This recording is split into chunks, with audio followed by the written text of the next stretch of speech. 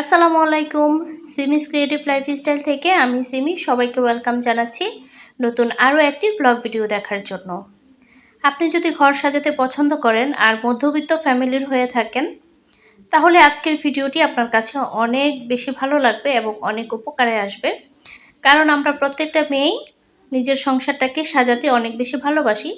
তবে আমরা যারা মধ্যবিত্ত ফ্যামিলির আছি, আমাদের কিন্তু অনেক বাধা নিষেধ থাকে। তারপর অনেক কিছু চিন্তা ভাবনা করেই হচ্ছে আমাদেরকে নতুন নতুন জিনিস কিনতে হয়। তো সেজন্যও কিন্তু আমাদেরকে অনেকটা অপেক্ষা করে তারপর কিনতে হয়।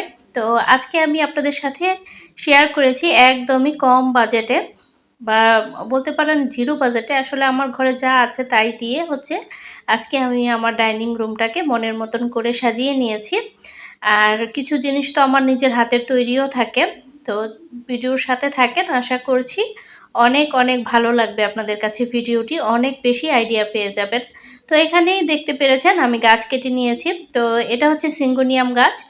এটা কিন্তু একদমই অবহেলায় বা অযত্নে পড়ে থেকেও কিন্তু এই গাছটা খুব সুন্দর গ্রো করে। তো সিঙ্গোনিয়াম গাছটা কিন্তু মাটিতেও হয়, পানিতেও হয়, আর বেশি যত্নেরও প্রয়োজন হয় না। তো আপনারা কিন্তু চাইলে আপনাদের ঘরে বা ব্যালকনিতে এই গাছটা অনায়াসে রাখতে পারেন। তো আজকে আমি এই গাছটা ছোট ছোট করে পাতাগুলো কিভাবে কেটে নিয়েছি দেখেছেন অল্প করে। তো এভাবে করে আমি এখন পানিতে গাছটা রেখে দেব একটা গ্লাসের মধ্যে। আর এভাবে করে গ্লাসের মধ্যে পানি দিয়ে রাখার ফলে দেখতে কিন্তু অনেক বেশি ভালো লাগছে। আর কিছু স্টোন থাকলে যদি আমি গ্লাসে দিয়ে দিতাম দেখতে আরও ভালো লাগতো, কিন্তু একদম ছোট সাইজের স্টোনগুলো এখন আপাতত আমার কাছে নেই। তো এখানে কিন্তু একটা আইডিয়া পেয়ে গেলেন আপনারা। এই যে ঘর সাজানোর জন্য কিন্তু আপনাকে এখন নতুন করে শোপিস কিনতে হলো না। আপনি কিন্তু এই যে গাছটা পানিতে রেখেছি এটাও কিন্তু আপনি কিছু স্টোন ব্যবহার করে বা স্টোন ছাড়াও যদি যে কোনো জায়গায় রাখেন দেখতে কিন্তু অনেক বেশি ভালো লাগবে। আসলে ঘর সাজানোর জন্য কিন্তু অনেক অনেক টাকার প্রয়োজন হয় না, একটা রুচিশীল মনের প্রয়োজন।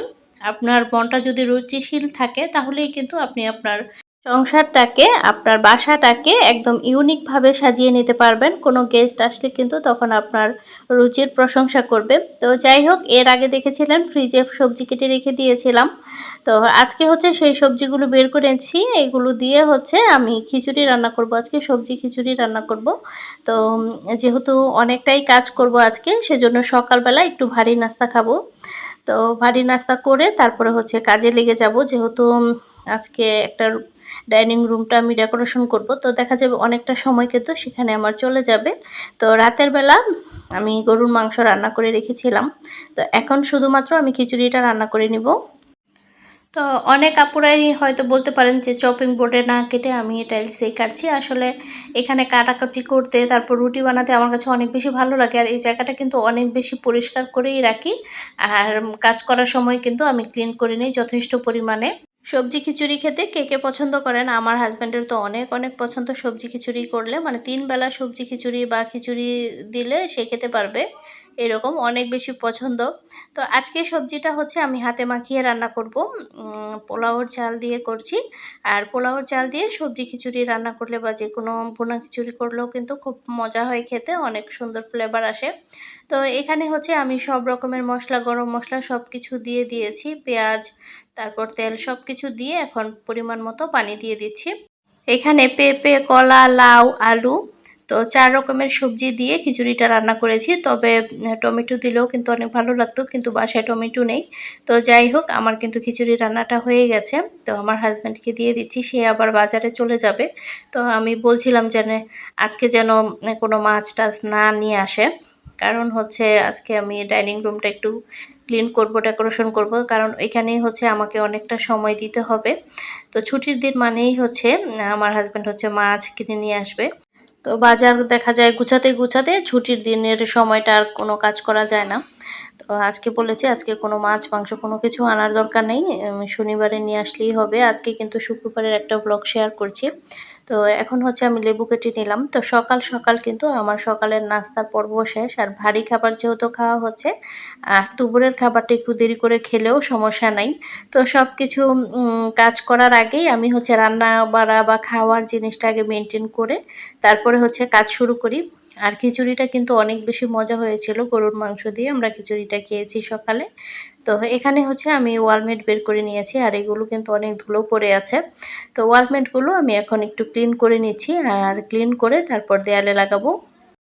আমার অনেক বড় বড় ওয়ালমেট ছিল, তো সেই ওয়ালমেটগুলো বাসা চেঞ্জ করার সময় ভেঙে গিয়েছে। আমার অনেক মন খারাপ হয়েছে দেখে। তো এই দুইটা ওয়ালমেট শুধুমাত্র বাকি আছে। এই দুইটা ওয়ালমেট ছোট ছোট, এগুলো কিন্তু অনেক বড় সাইজের না। তো ছোট ছোট দুইটা ওয়ালমেট শুধু আছে, আর বড় ওয়ালমেটগুলো ভেঙে গিয়েছে। তো আমার কাছে খুব খারাপ লাগছে আসলে। ঘরের একটা জিনিস যদি নষ্ট হয় তাহলে খুব খারাপ লাগে আসলে। তো ডাইনিং রুমটা হচ্ছে আমি ঝেড়ে নিয়েছিলাম দেয়ালগুলো অফ ক্যামেরাতে। তো এখন হচ্ছে আমি ওয়ালমেটগুলো লাগাবো। আমার অনেক পছন্দের একটা জিনিস এটা। তো এটার মধ্যে হচ্ছে আমি খেজুর রাখি। তো এই জারটা আমি ক্লিন করে নিয়েছি। আর এই জারটা ওয়াশ করলে এত সুন্দর চকচকে করে, মানে চকচকে একটা ভাব আসে, দেখতে খুব ভালো লাগে। তো আমার হাজব্যান্ডকে বললাম যে একটু হেল্প করার জন্য, ওয়ালমেটগুলো যেন একটু লাগিয়ে দেয়। তো ওয়ালমেট দুইটা লাগাতে পারবো না, শুধুমাত্র একটা লাগিয়েছি। আরেকটাতে ড্রিল করা ছিল না, সেজন্য আরেকটা লাগাইনি। আরেক দেয়ালে আমি একটা ঘড়ি রেখে দিয়েছি। আর এখানে হচ্ছে এই গাছটা আমি একটু ক্লিন করে নিয়েছি, মানি প্লান্ট গাছ। একটা হ্যাঙ্গিং সেলফের মধ্যে আমি মানি প্লান্ট গাছটা লাগাবো। তো এটার হ্যাঙ্গিং যেই সেলফটা আছে, এটা আমি একটা কাঠের টুকরো দিয়ে বানিয়েছিলাম। তো এটার রশিগুলো নষ্ট হয়ে গেছে, তো নতুন করে আবার রশিগুলো লাগানো হচ্ছে। তো এরকম কাঠের টুকরো যদি আপনাদের ঘরে থাকে, বা আপনারা কিন্তু কাঠের দোকান থেকে কিনে নিয়ে আসতে পারেন, বা অনেক সময় দেখা যায় কাঠের দোকানে গেলে অনেক লোক যদি ভালো থাকে দেখা যায় এমনিতেও দিয়ে দেয়। তো আপনারা এইভাবে করে আমি তার কাটা মেরে নিয়েছি, চারপাশে মেরে রশি দিয়ে যে হ্যাঙ্গিং একটা র্যাক বানিয়ে ফেললাম। দেখছেন কত সুন্দর হয়েছে, একদমই অল্প খরচেই কিন্তু আপনারা চাইলে এরকম করে নিতে পারেন, একটু বুদ্ধি খাটালেই হয়ে যাবে। আর এখন হচ্ছে ডাইনিং টেবিলটা আমি ক্লিন করে নিচ্ছি। এই কাচের ডাইনিং টেবিল কিন্তু অনেক বেশি ময়লা হয়, আর কালো ডাইনিং টেবিল বা কালো যে কোনো কিছুতেই হচ্ছে ময়লাটা অনেক বোঝা যায়। আজকে আমি আমার অনেক পছন্দের, অনেক শখের একটা রানার দিয়ে ডাইনিং টেবিলটা সাজাবো, আমার নিজের হাতের তৈরি। তো আপনাদের কাছে আশা করছি সে রান্নাটা পছন্দ হবে। এই রান্নাটা হচ্ছে আমি নিজেই বানিয়েছিলাম। প্রায় 2 বছর বা 1.5 বছর এরকম হবে এই রান্নাটা আমি বানিয়েছি। তো অনেক অনেক ভালো লাগে। এটা কিন্তু আমি রং দিয়েই বানিয়েছি কাপড়ের মধ্যে। আমাদের পেজেও আছে, এটা আপনারা চাইলে কিন্তু অর্ডার করতে পারেন।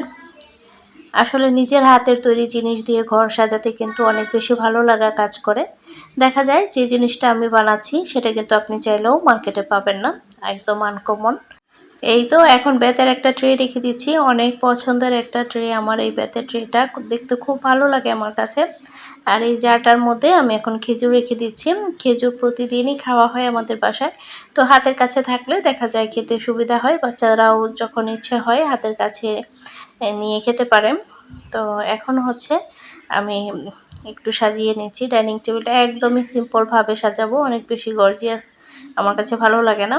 আর এই যে গাছটা রেখে দিচ্ছি, এই গাছটা ভিডিওর শুরুতে আপনারা দেখেছেন, আমি এই গাছটা কেটে পানিতে রেখেছিলাম। আর দেখেন পুরো টেবিলের লুকটাই চেঞ্জ হয়ে গেল। তো এই ডাইনিং টেবিলের উপরে আমি যখন এই রানারটা রাখি, মানে বিছাই, আমার কাছে খুব ভালো লাগে, কারণ ডাইনিং টেবিলটা যেহেতু কালো আর রানারটা হচ্ছে উজ্জ্বল, এটা বিছানোর পরে একদম ডাইনিং টেবিলটা দেখতে খুব সুন্দর লাগে, উজ্জ্বল লাগে। তো ডাইনিং টেবিলটা কিন্তু সাজাতে বা ডাইনিং রুমটা সাজাতে কিন্তু আমার অনেক বেশি টাকা পয়সা খরচ করতে হয়নি। কিছু হাতের তৈরি জিনিস, তারপর হচ্ছে গাছ দিয়ে কিন্তু আমি আমার ডাইনিংটাকে সাজিয়ে নিয়েছি। আর দেখতেই কিন্তু মাশাআল্লাহ অনেক বেশি ভালো লাগছে। দেয়ালটাকে এখন আপাতত আমি এইভাবে সাজিয়েছি। পরবর্তীতে কোনো আইডিয়া যদি মাথায় আসে তখন আবার নতুন করে সাজাবো। এখন আপাতত এভাবেই থাকবে। কেমন লেগেছে আপনাদের কাছে অবশ্যই অবশ্যই কমেন্টে জানাবেন। আর এই ধরনের ভিডিও যদি ভালো লাগে তাহলে সেটাও কমেন্টে জানাতে পারেন। পরবর্তীতে আপনাদের পছন্দ মতো ভিডিও তৈরি করব ইনশাল্লাহ। আজকের মতো ভিডিওটি এখানেই শেষ করছি। সবাই সুস্থ থাকবেন। আল্লাহ হাফেজ। আসসালামু আলাইকুম।